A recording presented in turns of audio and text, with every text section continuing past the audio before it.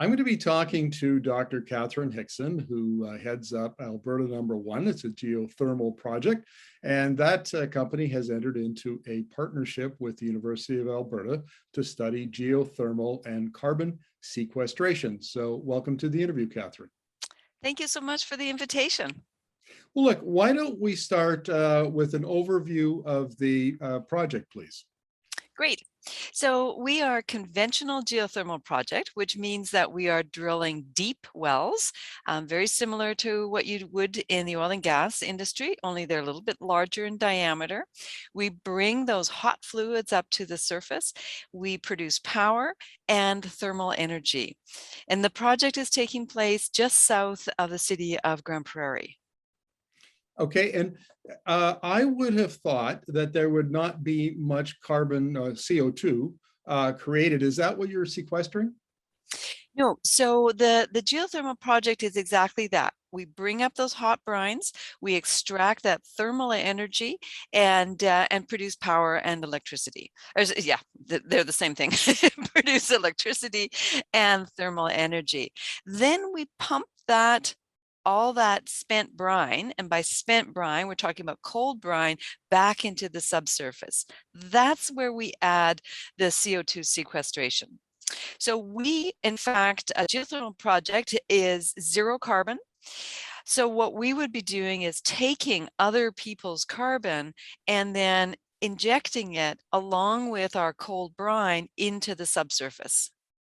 Well, that's very interesting because the last time I interviewed you about this project, you had mentioned that to make the economics work, in addition to the electricity, that there was also the opportunity to provide district heating. And Absolutely. yeah, and it sounds like, just to finish up, it sounds like then you would probably earn carbon credits or something like that by doing the CO2 sequestration as well. And if so, how does that affect the economics of the project? It is a significant boost to the project.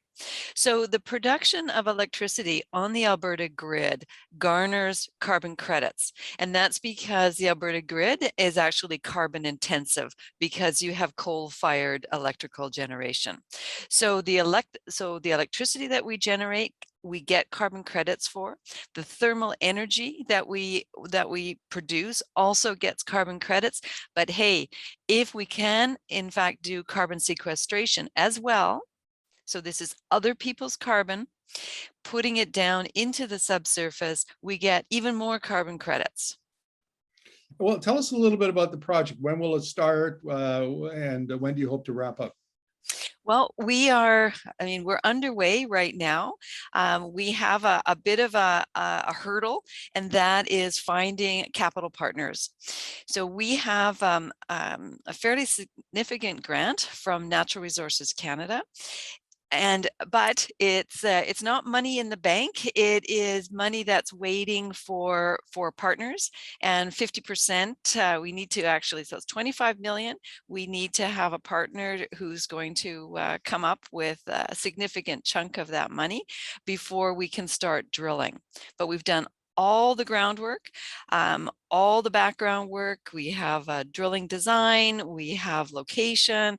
Everything is poised to start that first well. Now, I have talked to investors in Alberta, and I'm told that there is a lot of money looking for green projects. And I'm curious if you can tell us what your experience is talking to investors, and because this sounds like a project that they would be interested in, and maybe, what kind of response you're getting from them? So curious about that. and I think that the problem for us is that geothermal is a bit of an unknown. It has a very significant capex. And so we've had lots of investors say, we would love to invest in your project once you've drilled those first wells, once you're underway. Our huge conundrum for the project is we need cash in the bank now. And that's what is in fact slowing us down, is that those investors are happy if we've got those wells, we've proven the resource, but right at this juncture, not so keen to invest. It sounds like this is a classic valley of death issue for a new technology, where generally, the technology maybe gets to the pilot stage, it gets to the demonstration stage, but then scaling up and getting it out into market, that's where there's a lack of capital. Have I got that right? Well, yes, except no. Geothermal is not, we are not new technology. I mean, geothermal has been deployed around the world in sedimentary basins, similar to what we have in Alberta. It is not new technology. In fact, geothermal's been around they've been producing electricity for over 100 years. It's new in the Alberta marketplace.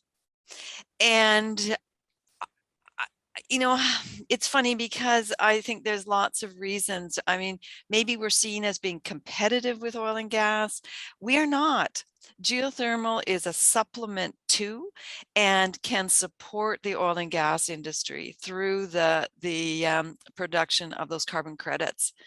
So, it is a bit of a conundrum for us. And though we hear all of this money that's out there, please, if you've got money and you'd like to invest in our project, happy to hear from you. Well, good luck with. I really hope that you get it, as geothermal seems to have a lot of potential in Western Canada, and your project seems to have have a lot of potential as well. So all the best. Thank you so much. Yes, everything technically is there. We just need a little bit more of a push to get it going. Thank you so much.